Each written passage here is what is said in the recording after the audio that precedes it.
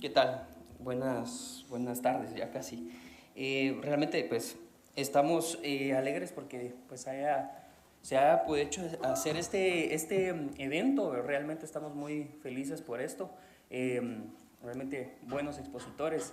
Realmente ese tema de la mujer, si la doctora no me deja mentir, es muy importante, porque cabal justamente estaba estudiando algo sobre el síndrome de Rett, ¿verdad? Que habla sobre cabal justamente la terapia hormonal, cómo realmente afecta a la mujer. Realmente es un tema muy importante que está en pañales los estudios ahorita. Entonces, para no alargarlo, ¿verdad? Realmente nosotros con lo que es David, ¿verdad? Nosotros pues, por lo regular trabajamos todos los días con atletas y algo que nos hemos dado cuenta que es que el campo de la investigación en el tema deportivo está iniciando, lleva pues ya un poco de tiempo, pero realmente no se le ha puesto la importancia en el país. Entonces realmente nosotros pues queríamos como iniciar una investigación porque nos llamó mucho la atención que muchos de los atletas que nosotros vemos pues tendían mucho a la tendinitis rotuliana, que es pues una patología justamente del tendón rotuliano en la rodilla. Nos llamó mucho la atención, realmente eran muchos los atletas que nosotros estábamos viendo, yo lo miraba, lo refería a David, y nos interesó. Entonces realmente es ahí donde uno tiene que emplear la investigación y ver por qué es que está sucediendo eso, y justamente nos dimos cuenta que los atletas que tenían saltos repetitivos, como lo que es voleibol, balonmano, básquetbol, tendían mucho a esta patología y realmente el manejo no era el adecuado. Nos dimos cuenta junto con la investigación que realmente pues es otra metodología la que hay que iniciar con respecto a la tendinitis rotuliana.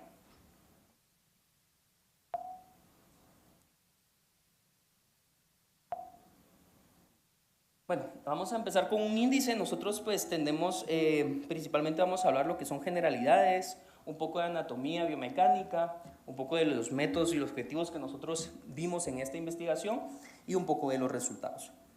Eh, Nosotros vamos a iniciar con con generalidades. ¿Qué es la tendinitis rotuliana? Pues nosotros entendemos como tendinitis rotuliana o rodilla del saltador, que realmente es el enfoque que nosotros le metimos, es que es una lesión por sobreuso prácticamente del tendón rotuliano. Es frecuente en atletas jóvenes, deportes de saltos repetitivos, como mencioné. ¿Y cuál sería su clínica? Pues es un dolor en el polo inferior de la rótula. Tenemos también que pues tenemos el mecanismo que produce esto, que son micro lesiones por saltos repetitivos, como mencioné, al momento de saltar. Hay una carga excesiva que va a exceder la capacidad de reparación del tejido. Hay cambios degenerativos. Tenemos también lo que es una prevalencia. En la investigación lo notamos que es del 13 al 50% en lo que son deportes de saltos. Y eso pues realmente fue con lo que nosotros queríamos iniciar la investigación. Tenemos métodos y objetivos, pero realmente es una revisión cuantitativa, descriptiva, transversal, no experimental y retrospectiva la que nosotros utilizamos en la investigación. Tenemos criterios tanto de selección, de inclusión y de exclusión. Realmente nuestros criterios fueron estudios recientes, por lo menos 5 años, en español y en inglés, en atletas de 12 a 21 años, obviamente que pues, se enfocaran en los deportes que mencionamos. Tenemos que nuestros criterios de inclusión son muestras representativas y metodológicas sólidas, realmente que utilicen una muestra adecuada, estadísticamente significativa. Tenemos criterios de exclusión, que son muestras pequeñas o limitaciones metodológicas. Realmente, pues, sí tratamos la manera de enfocarnos en todos los estudios, porque habían cositas muy importantes, pero ahorita les vamos a mostrar eso más adelante. Realmente 20 estudios fueron los que nos interesaron, los que realmente tenían un buen respaldo científico. Habían más, pero en estos 20 estudios encontramos desde 1.300 participantes hasta 2.770 participantes. Tenemos variables extraídas, que sería dolor, ¿verdad? La incidencia de dolor, escalas de dolor, funciones, como lo que es la altura del salto, la fuerza. Tenemos factores de riesgo, que entre ellos pues tenemos el volumen de entrenamiento, el gesto técnico, y pues nuestro análisis estadístico nos basamos en el análisis de varianza ANOVA, que es prácticamente comparación de grupos. Tenemos también, utilizamos un poco lo que es el chi cuadrado para hacer correlaciones y análisis, y nos basamos en un nivel de significancia estadística abajo de 0, un P abajo de 0.05, con un intervalo de confianza del 95%. Nuestros objetivos pues prácticamente fue determinar los factores de riesgo y mecanismos de prevención de la tendinitis rotuliana en estos atletas, y nos fuimos un poco más a lo específico, que es encontrar los factores de riesgo biomecánicos y fisiológicos, evaluar estrategias preventivas y que sean obviamente eficaces, y revisar tecnologías emergentes aplicadas en el deporte. Para iniciar con lo básico, pues anatomía y biomecánica básica. Respecto a la anatomía, pues tenemos que su origen es una continuación del tendón del cuádriceps, que se va a insertar en la tuberosidad anterior de lo que es la tibia. Su función es prácticamente transmitir fuerzas del cuádriceps para extender prácticamente la rodilla. Nos ayuda un poco a lo que es frenar la flexión y estabiliza la marcha, la carrera y el salto. Su relevancia biomecánica prácticamente soporta altas cargas de extensiones de aterrizaje, y pues realmente por sobreuso repetitivo puede superar su capacidad. Respecto a lo que es la salud, pues tenemos que tener en cuenta que su salud va a depender de la técnica, del control de la carga y la fuerza excéntrica del cuádriceps. Tenemos también lo que es su biomecánica básica. Esto pues prácticamente lo que mencioné, ¿verdad? Saltos. ¿Qué va a provocar el salto? Una fuerza de impacto a la hora de aterrizar. Esa fuerza va a ser absorbida por todos los miembros inferiores. Va a tener una técnica de salto deficiente, ¿verdad? Es otro tipo de biomecánica que puede provocar que va a la hora de caer deficientemente. El atleta por lo regular cae en valgo. Nosotros le llamamos valgo cuando la rodilla está totalmente metida. Entonces, más adelante vamos a mencionar sobre el ángulo Q. Eso pues se ve justamente con aparatos de biomecánica, y eso vamos a ver que realmente hay una inclinación hacia adelante también de lo que es la cadera, el aumento de la tensión del tendón rotuliano, y por consiguiente vamos a ver microlesiones, ¿verdad? Los estudios nos han demostrado, llegamos a una conclusión realmente, que un aterrizaje en valgo nos va a producir 1.8 veces más riesgo de la tendinitis rotuliana. Las capturas de movimientos en 3D y las plataformas de biomecánica nos ayudan mucho a encontrar patrones de movimiento, alineación de cadera, rodilla y pie, y lo que es ángulos articulares, ¿verdad? El gesto técnico que vamos a ver más adelante, si no hay un buen gesto técnico, hay una incidencia de lesión arriba del 30%. Bueno, ahora les voy a explicar un poquito más acerca de los tipos de evaluación biomecánica. Para evaluar la biomecánica podemos tener tanto las plataformas de fuerza. Es importante mencionar, digamos, que en las plataformas de fuerza tenemos el beneficio de que en un mismo gesto técnico, llamémoslo sentadilla, poder evaluar tanto el miembro afectado como el miembro sano. Entonces, y la fuerza que ejerce contra el piso. Entonces, cuando nosotros utilizamos una plataforma de fuerza, podemos pedirle sin ningún tipo de peso que el atleta o el paciente haga una sentadilla, y en ese mismo sentadilla poder evaluar qué fuerza, o sea, está generando, y obviamente la pierna que está afectado va a siempre estar con menor dolor. También podemos utilizar el chronojump. Para los que no saben o los que no conocen el chronojump, es una manta que realmente es un cronómetro. Nos mide el momento en el que generamos el despegue y el momento en el que regresamos. Con estas variables podemos nosotros cronometrar y medir qué tanto pudo haber saltado el atleta, y con esto mismo, digamos, podemos evaluar la simetría igual de los dos miembros. ¿Cómo podemos evaluarlo? Podemos hacerlos con un single leg jump, es decir, ponemos a saltarlo solo con una pierna y luego le ponemos a saltar con la pierna afectada, y entonces ahí podemos ver la diferencia que hay entre el miembro obviamente afectado y el miembro sano. También con capturas en 3D Creo que ahora todos con un teléfono inteligente podemos descargar una aplicación en el celular y poder, medio de esas aplicaciones, poder evaluar los ángulos que tienen biomecánicamente, digamos, tanto de cadera, rodilla y tobillo. Esas son tecnologías que están realmente saliendo y que han demostrado que pueden ser bastante útiles a la hora de una evaluación biomecánica. También videos e inteligencia artificial. Esto realmente tenemos que tener en cuenta de que son tecnologías realmente novedosas y realmente no han tenido como un estudio como tal. Sin embargo, se pueden utilizar para analizar los datos. Podemos utilizar tanto los datos recapados por la plataforma de fuerza como el ChronoJump y como la captura de video en 3D para poder, ¿cómo se llama?, introducirlos en la inteligencia artificial y poder de esa manera pues sacar algunos datos que a lo mejor en el análisis no nos habíamos dado cuenta, pero con estas tecnologías pues podernos dar cuenta. Como les digo, estas son tecnologías emergentes, ¿verdad? Perdón, abajo. Ok, ahora vamos un poquito a hablar de los resultados. Bueno, primero tenemos que hablar de los factores de riesgo intrínsecos y extrínsecos. Es muy importante darnos cuenta de que pues, en los factores intrínsecos podemos encontrar biomecánica, alineación anormal, debilidad muscular, desequilibrios, poco rango de movimiento y flexibilidad. Quisiera tocar los tres al mismo tiempo porque creo que están íntimamente relacionados. Si nuestro atleta realmente no tiene una buena fuerza muscular o tiene debilidades musculares o un desequilibrio, eso automáticamente nos va a generar una alteración en la biomecánica. Va de cajón.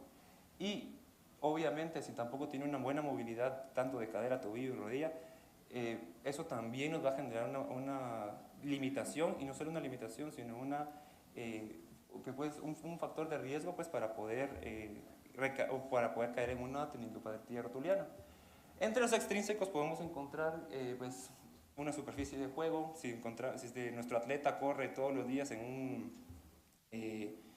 una cancha que está inclinada, pues eventualmente esto va a generar un valgo o un varo y eso podría generar estrés al final en el tendón rotuliano.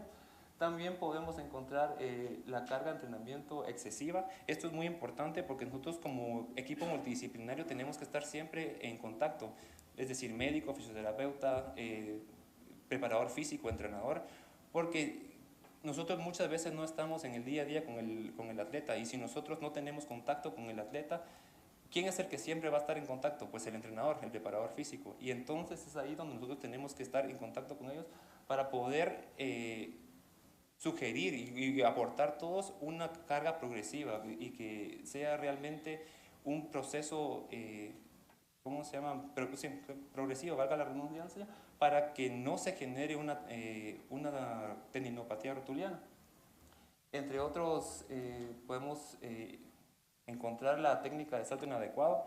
Una vez más, regresamos tal vez un poquito a los intrínsecos, pero digamos, hacer notar al atleta de que digamos, tiene una mala técnica, probablemente porque así la aprendió desde sus inicios en el deporte, pero que no necesariamente significa que tenga una debilidad muscular, sino simplemente el hecho de haberlo repetido durante tanto tiempo, pues ya se quedó el gesto técnico así. Entonces nada más modificar o hacerle entender al atleta de que modifique esta parte de técnica. Y por último, que podemos encontrar equipamiento y nutrición. A ver, si nuestro atleta tiene unos zapatos que tienen más de 6 meses, un año, la función del calzado realmente no va a suplir, digamos, las necesidades que él tiene. Y entonces eso definitivamente va a generar alteraciones en toda su biomecánica y especialmente en el tendón rotuliano. Es muy importante tener eso en cuenta. Y a nivel de nutrición, si realmente el atleta no está recibiendo los nutrientes necesarios, pues su masa muscular no va a crecer y por lo tanto no va a poder resistir la tensión que se genera, digamos, durante la fase competitiva o durante el entrenamiento. Bueno, aquí es algo muy importante, los mecanismos de prevención y de manejo. Pudimos encontrar realmente, digamos, que el fortalecimiento excéntrico del cuádriceps es no solo un método para recuperar, de hecho, el método que más evidencia científica presenta para poder recuperar una tendinopatía rotuliana, sino que es el principal que nos puede evitar una lesión de la tendinopatía rotuliana. Nosotros lo mencionamos justo en el punto 4, pero quiero recalcar lo que es, creo que algo muy importante, tener una comunicación abierta y siempre clara con todos los profesionales que están atendiendo al atleta. Si nosotros podemos incluir, logramos que el preparador físico incluya ejercicios excéntricos como método en la preparación física, eso va a generar que el atleta caiga siquiera por primera vez en una tendinopatía rotuliana. No significa que no pueda caer por diversos factores, pero vamos a tratar de evitarlo lo más que se pueda. La segunda parte, que es la periodización y control de cargas, viene un poco a lo mismo. Pues siempre que nosotros tengamos contacto con todos los profesionales y podamos controlar la carga que se le va a generar al atleta, eso va a generar que que el atleta no recaiga en una tendinopatía rotuliana.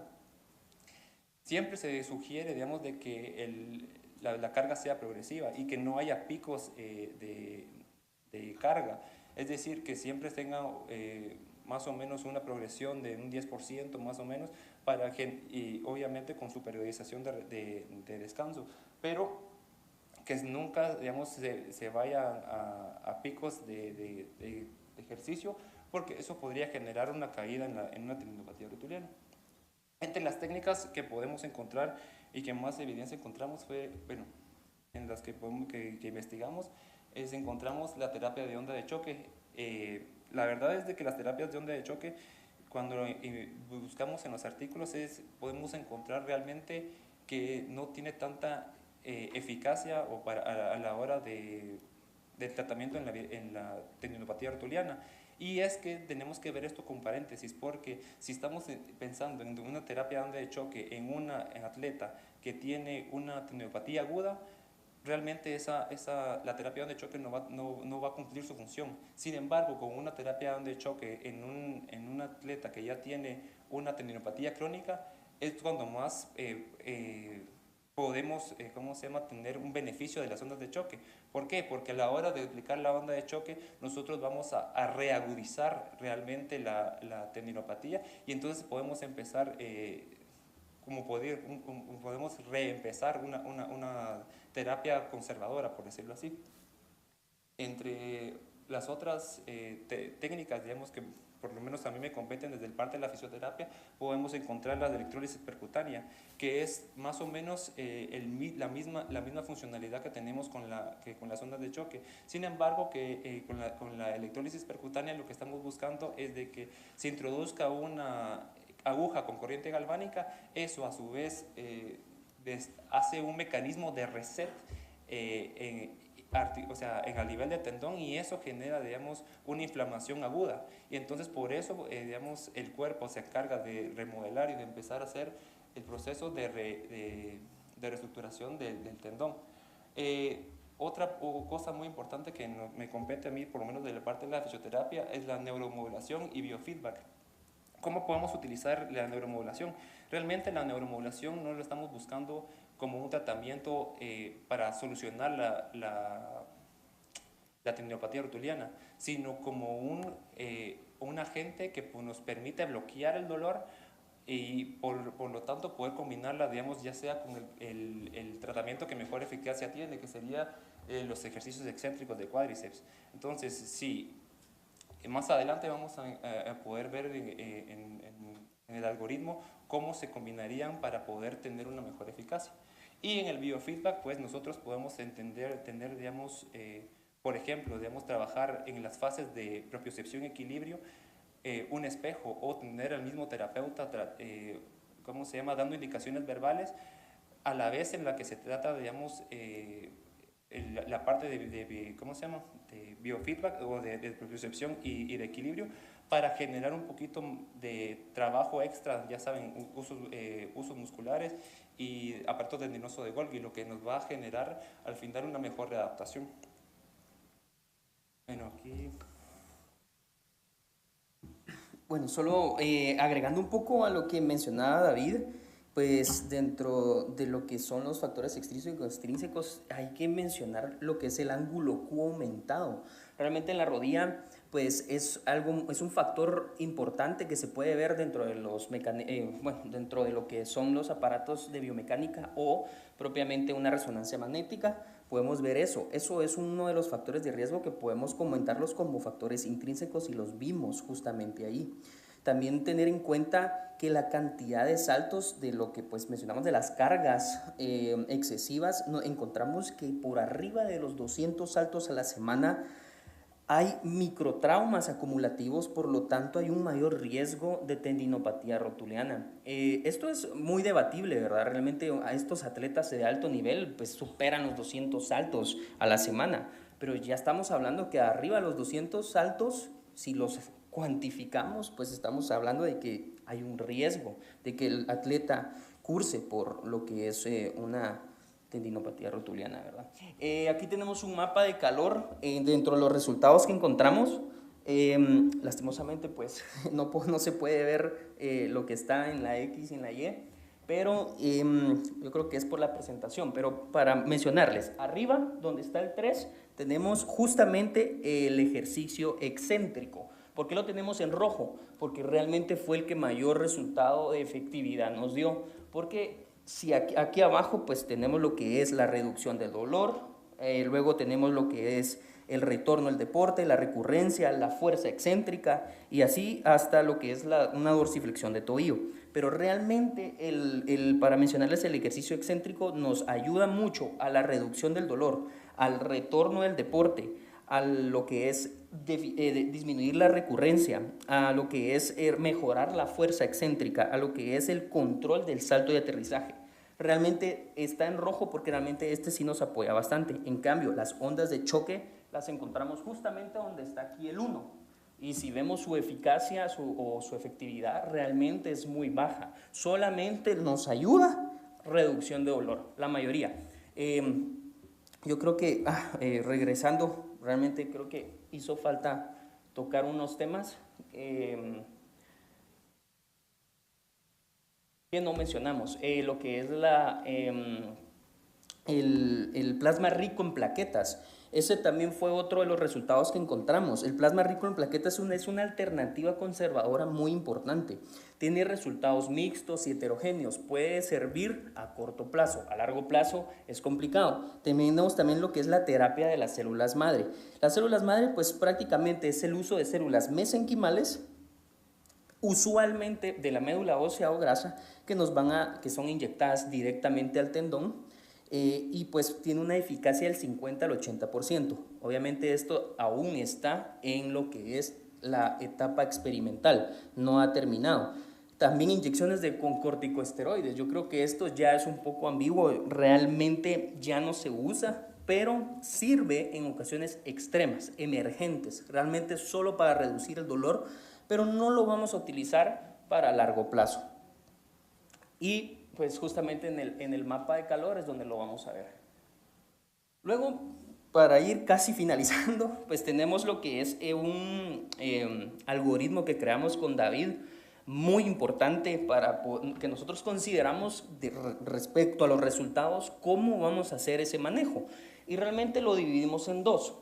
Lo tenemos en una terapia aguda, una terapia subaguda y una terapia crónica, y nos basamos en una escala de valoración de VISA-P. Es una escala que se creó en una de las universidades de Australia con bastante criterio científico y que realmente está respaldado de cómo es que se va a actuar.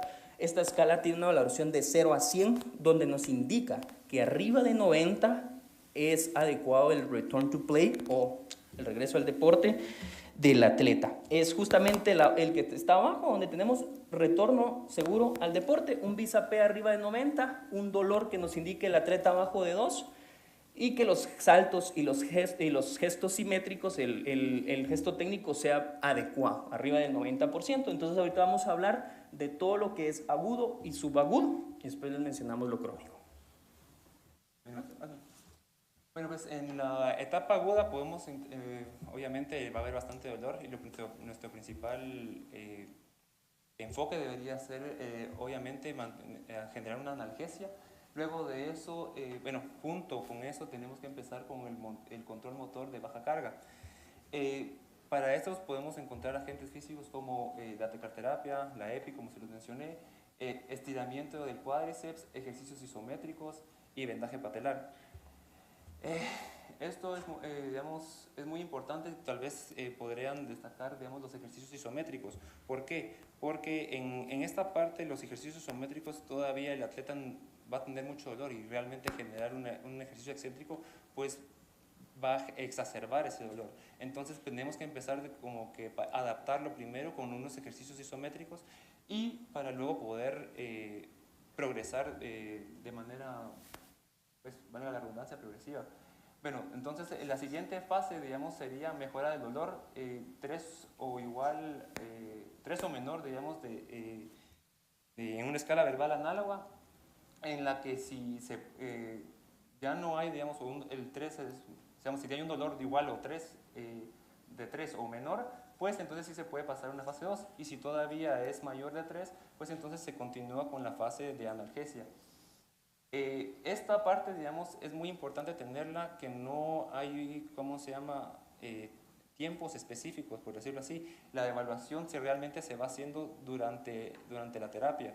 Digamos, estamos trabajando ejercicios, podemos, isométricos con el paciente, entonces le vamos preguntando en el momento, hey, ¿cómo tenés dolor? ¿Ha aumentado el dolor? ¿Sigue igual? Y si pues se mantiene, digamos, en un 3, pues poder considerar, o un 3 o menor, pues por considerar que en las terapias poder incluir algún ejercicio de la siguiente fase. Entonces, bueno, en la fase 2 podemos encontrar pues ejercicios excéntricos controlados de carga moderada, corrección de la técnica, poleas inerciales a un 50%. Creo que también de lo que podemos encontrar, digamos, tal vez el nombre un poquito raro o algo diferente, son las poleas inerciales. Las poleas inerciales tienen el beneficio de que cuando nosotros generamos un ejercicio concéntrico, la misma fuerza que nosotros generamos, ellos no lo tiran de regreso. Es decir, si nosotros generamos una fuerza de 3, las poleas inerciales nos van a devolver un ejercicio, una fuerza de 3. Y esa contracción concéntrica y excéntrica, o sea, que una la sucede a la otra, entonces nos ayuda a que estas poleas inerciales sean un factor o una herramienta muy útil para poder generar las contracciones excéntricas. Bueno, después de esta parte podemos pasar otra vez. Recordemos que esta evaluación se hace siempre durante la terapia, ¿verdad? Estar preguntando si el dolor es igual o menor de 3 y dependiendo de al final de la terapia si el paciente queda con un dolor menor, pues poder considerar que se progresara a la siguiente fase. En la siguiente fase podemos encontrar alta carga y gestos específicos, donde podemos, aquí es algo muy importante, porque si el dolor ya se mantiene, o sea, no ha bajado de 3 en toda esta fase, ya ha pasado más de 6 meses, entonces sí es prudente considerar pasar a otro tipo de tratamientos. Pero vamos a suponer que nuestro atleta continúa una fase satisfactoria, donde podemos encontrar que ya podemos en esta fase podemos encontrar pliometría progresiva, desplazamientos multidireccionales, ejercicios excéntricos pesados, ejercicios en dispositivos inerciales progresivos y reeducación propioceptiva, que es ahí donde les había mencionado lo del biofeedback. Y para finalizar, hacemos una evaluación ¿cómo se llama?, de dolor. Si ya tiene dolor menor, pues ya podemos considerar el return to play, donde obviamente al principio, si lo pueden ver en la evaluación inicial, tenemos el VISA-P. ¿Por qué decidimos hacer un VISA-P en el principio? Lo que no se mide no se puede realmente mejorar, y entonces si nosotros tenemos una evaluación inicial como un VISA-P, es prudente tenerla siempre al final para ver el retorno, qué tanto se progresó, y sobre todo si el return to play es un factor pues, que ya se pueda dar para el atleta, ¿verdad? También obviamente cuando tenemos el VISA-P, el dolor menor de 2 y que ya pueda realizar gestos saltos y gestos simétricos, más o menos en un rango de 90%. Es decir, que el miembro afecto no sea tan diferente del miembro que estaba sano, ¿ok? Bueno, y solamente como ya vieron el algoritmo, pues la parte crónica prácticamente nos estamos hablando arriba de los 6 a 12 meses y no mejora y tiene un VISA-P abajo de 70, nos vamos al tratamiento quirúrgico, desvidamiento artroscópico, tenotomía o reparación intratendinosa. Luego tenemos lo que son consideraciones genéticas, prácticamente pues aquí mencionamos predisposición a veces por el colágeno tipo 1A, 5 y 1, tipo 1 y tipo 5, realmente es importante mencionarlo. También tenemos lo que es avances dentro del diagnóstico, pues realmente el gold estándar pues lo mencionamos como una resonancia y si no se pudiera pues una ecografía, pues prácticamente aquí nos habla de cómo podemos diagnosticarlo realmente la tendinopatía y pues la resonancia como mencioné el gold estándar para tejidos blandos. Y bueno, para ir terminando, prácticamente pues tener en cuenta, ¿verdad?, que la prevención va a ser muy clave realmente para una técnica correcta. Realmente lo importante en esto pues es lo que es la parte preventiva, ¿verdad? Prevención lo más que se pueda, seguir el algoritmo si se pudiera, tener en cuenta que la parte de excéntrica, el cuádriceps, realmente el cuádriceps y los isquiotibiales van a reforzar mucho la rodilla. Eso hay que mencionárselo bastante a los atletas, porque hay distintos tipos de deporte y a veces uno piensa que no es importante tener estos fortalecimientos, pero realmente hay que decirle al atleta que sí, realmente que dependiendo también, ¿verdad?, del deporte, pero en la mayoría sería interesante pues tratar de manejar eso, ¿verdad? Y prácticamente ese es el tema que les teníamos el día de hoy. Estas fueron las referencias que nos basamos, las más importantes, realmente fueron más, pero estas fueron las que utilizamos y eso sería todo. Muchas gracias.